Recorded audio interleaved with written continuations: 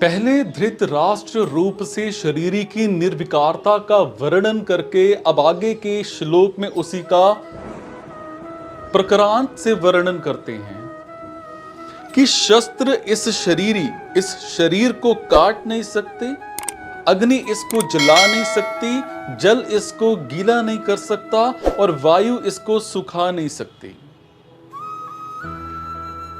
इस शरीर को शस्त्र काट नहीं सकते क्योंकि ये प्रकृत शस्त्र वहां तक पहुंच ही नहीं सकते। जितने भी शास्त्र हैं वो सभी पृथ्वी तत्व से उत्पन्न होते हैं और ये पृथ्वी तत्व इस शरीरी में किसी तरह का कोई विकार नहीं पैदा कर सकता और इतना ही नहीं, पृथ्वी तत्व इस शरीरी तक पहुंच ही नहीं सकता। फिर विकृति करने से बात तो दूर ही रही। अग्नि इस शरीर को जला नहीं सकती क्योंकि अग्नि वहां तक पहुंच ही नहीं सकती जब तक वहां तक पहुंच ही नहीं सकती, तब उसके द्वारा जलाना कैसे संभव हो सकता है। तात्पर्य है कि अग्नि जो तत्व है इस शरीरी में कभी किसी तरह का विकार उत्पन्न कर ही नहीं सकता। जल इसको गीला नहीं कर सकता क्योंकि जल वहां तक पहुंच ही नहीं सकता। तात्पर्य है कि जल तत्व इस शरीरी में किसी प्रकार का विकार पैदा नहीं कर सकता।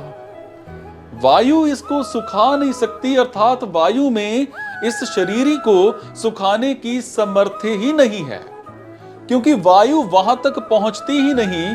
तात्पर्य है कि वायु तत्व इस शरीरी में किसी तरह की विकृति पैदा नहीं कर सकता। पृथ्वी, जल, तेज, वायु और आकाश ये 5 महाभूत कहलाते हैं।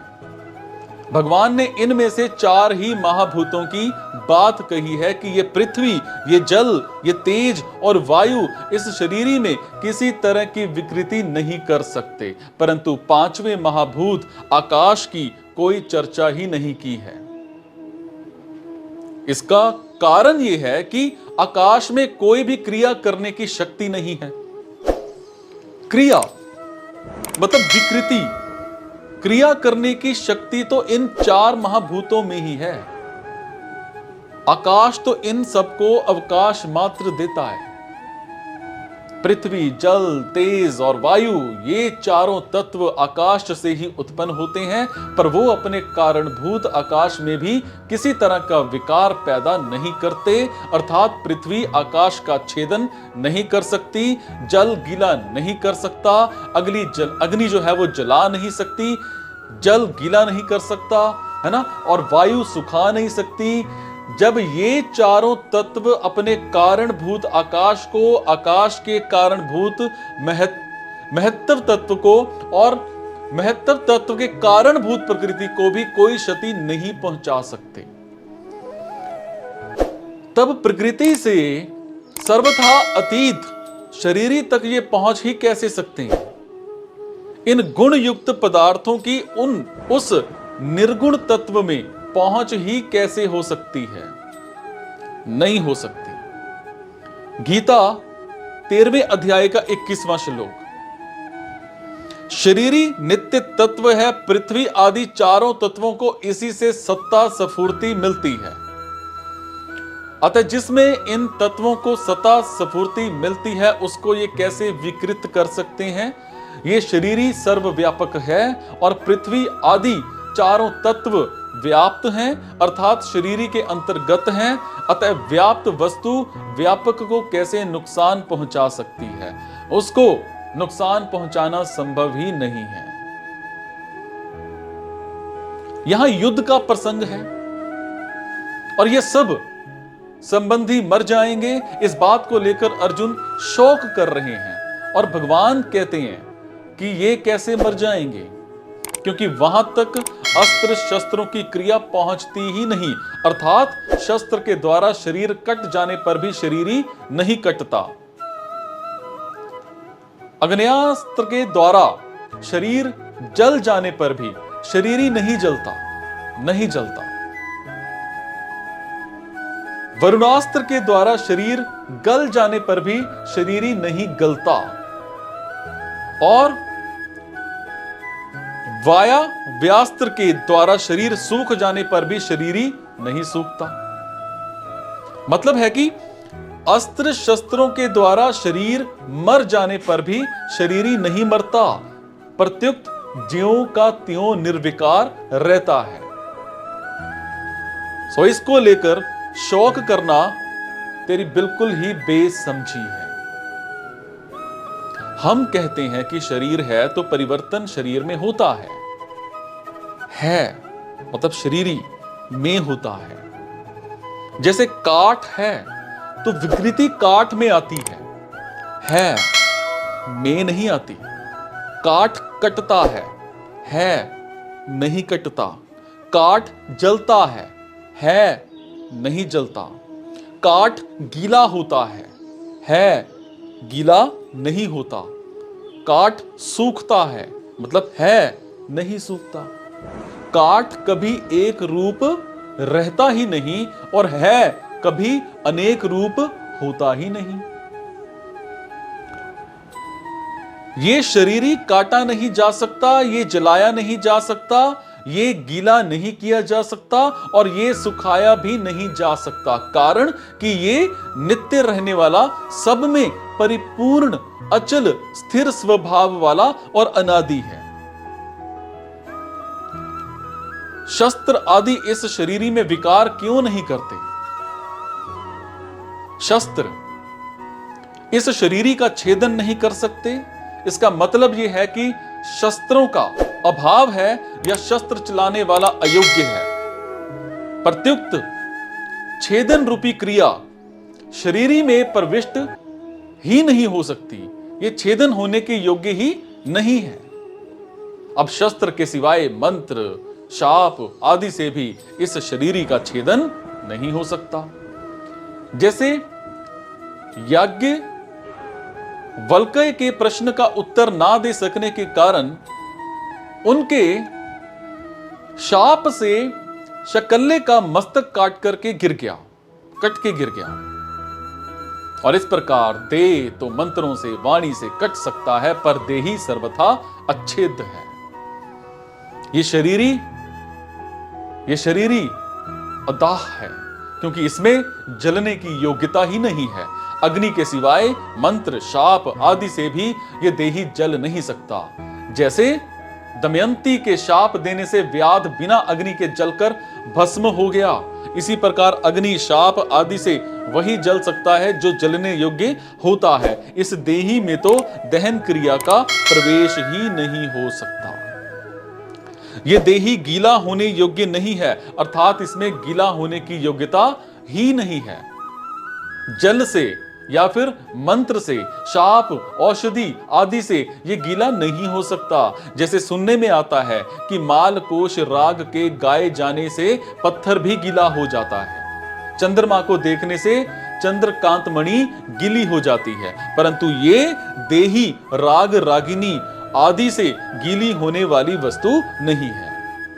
ये देही अशोष्य है।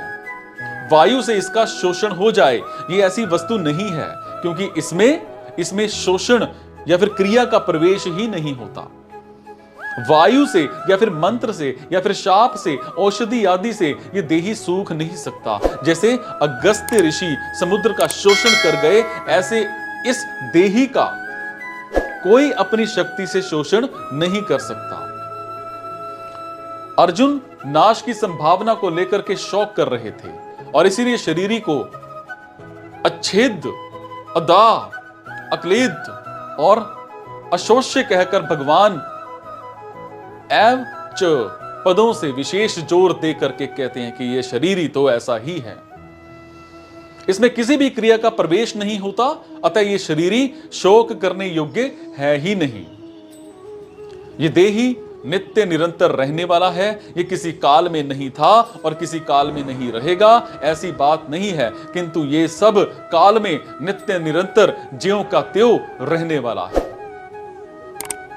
यह देही सब काल में ज्यों का त्यों ही रहता है, तो यह किसी देश में रहता होगा, इसके उत्तर में कहते हैं कि यह देही संपूर्ण व्यक्ति, वस्तु, शरीर आदि में एक रूप से विराजमान है। यह सर्वगत है तो यह कहीं आता जाता भी होगा। इस पर कहते हैं कि यह देही स्थिर स्वभाव वाला है, अर्थात इसमें कभी यहां और कभी वहां इस प्रकार आने जाने की क्रिया नहीं है। यह स्थिर स्वभाव वाला है, कहीं आता जाता नहीं। यह बात ठीक है, पर इसमें कंपन तो होता होगा। जैसे वृक्ष एक जगह ही रहता है, कहीं भी आता जाता नहीं, पर वो एक जगह रहता हुआ ही हिलता है, ऐसे ही इस देही में भी हिलने की क्रिया होती होगी। इसके उत्तर में कहते हैं कि यह देही स्थाणु है, अर्थात इसमें हिलने की क्रिया नहीं है। यह देही अचल है, स्थाणु है। ये बात तो ठीक है, पर यह कभी पैदा भी होता होगा। इस पर कहते हैं कि यह सनातन है, अनादि है, सदा से है। यह किसी समय नहीं था और ऐसा संभव ही नहीं है। यह संसार अनित्य है, एक क्षण भी स्थिर रहने वाला नहीं है, परंतु जो सदा रहने वाला है, जिसमें कभी किंचिन मात्र भी परिवर्तन नहीं होता, उस देही की तरफ लक्ष्य कराने में नित्य पद का तात्पर्य है। देखने, सुनने, पढ़ने, समझने में जो कुछ प्राकृत संसार आता है, उसमें जो सब जगह परिपूर्ण तत्व है, उसकी तरफ लक्ष्य कराने में सर्वगत पद का तात्पर्य है। संसार मात्र में जो कुछ वस्तु, व्यक्ति, पदार्थ आदि हैं, ये सब के सब चलायमान हैं। उन चलायमान वस्तु, व्यक्ति, पदार्थ आदि में जो अपने स्वरूप से कभी चलायमान या फिर विचलित नहीं होता, उस तत्व की तरफ लक्ष्य कराने में अचल पद का तात्पर्य है। प्रकृति और प्रकृति के कार्य संसार में प्रतिक्षण क्रिया होती रहती है, परिवर्तन होता रहता है, और ऐसे परिवर्तनशील संसार में जो क्रिया रहित, परिवर्तन रहित, स्थायी स्वभाव वाला तत्व है, उसकी तरफ लक्ष्य कराने में स्थाणु पद का तात्पर्य है। मात्र प्राकृत पदार्थ उत्पन्न और नष्ट होने वाले हैं, और ये पहले भी नहीं थे और पीछे भी नहीं रहेंगे, परंतु जो न उत्पन्न होता है न नष्ट होता है, और जो पहले भी था और पीछे भी हरदम रहेगा, उस तत्व, उस देही की तरफ लक्ष्य कराने में सनातन पद का तात्पर्य है। इन पांचों विशेषणों का तात्पर्य है कि शरीर संसार के साथ तादात्म्य होने पर भी शरीर, शरीरी भाव का अलग अलग अनुभव पर होने पर भी शरीरी नित्य निरंतर एक रस एक रूप रहता है।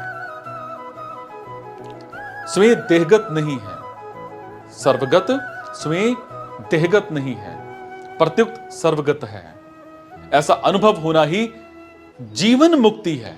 जैसे शरीर संसार में बैठा हुआ है, ऐसे हम शरीर में बैठे हुए नहीं हैं। शरीर के साथ हमारा मिलन कभी हुआ ही नहीं, और ऐसे ही नहीं होगा, ही नहीं हो सकता ही नहीं। शरीर हमारे से बहुत दूर है, परंतु कामना, ममता, तादात्म्य के कारण हमें शरीर के साथ एकता प्रतीत होती है। वास्तव में शरीरी को शरीर की जरूरत ही नहीं है। शरीर के बिना भी शरीरी मौज से रहता है। ये देही प्रत्यक्ष नहीं दिखता, ये चिंतन का विषय नहीं है, और ये निर्विकार कहा जाता है। अतः इस देही को ऐसा जानकर शौक नहीं करना चाहिए।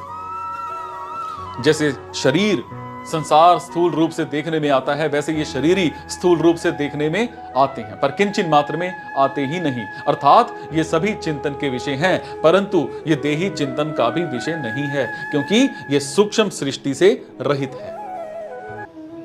ये देही विकार रहित कहा जाता है, अर्थात इसमें कभी किंचिन मात्र भी परिवर्तन नहीं होता। सबका कारण प्रकृति है, उस कारणभूत प्रकृति में विकृति होती है, परंतु इस देही में किसी प्रकार की विकृति जो है वो नहीं होती, क्योंकि ये कारण सृष्टि से रहित है। यहां 24वें 25वें श्लोकों में अच्छेद, अदात, अक्लिद, अशोष्य, अचल, अव्यक्त, अचिंत्य और अविकार्य, इन 8 विशेषणों के द्वारा इस देही का निषेध मुख से और नित्य, सर्वगत, स्थाणु और सनातन, इन 4 विशेषणों के द्वारा इस देही का विधि मुख से वर्णन किया गया है। परंतु वास्तव में इसका वर्णन हो नहीं सकता, क्योंकि ये वाणी का विषय नहीं है। जिससे वाणी आदि प्रकाशित होते हैं, उस देही को वे सब प्रकाशित कैसे कर सकते हैं?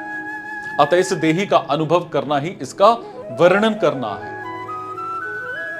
इसलिए इस देही को अच्छेद्य, अशोष्य, नित्य, सनातन, अविकार्य आदि जान लें, अर्थात ऐसा अनुभव कर लें, तो फिर शोक हो ही नहीं सकता।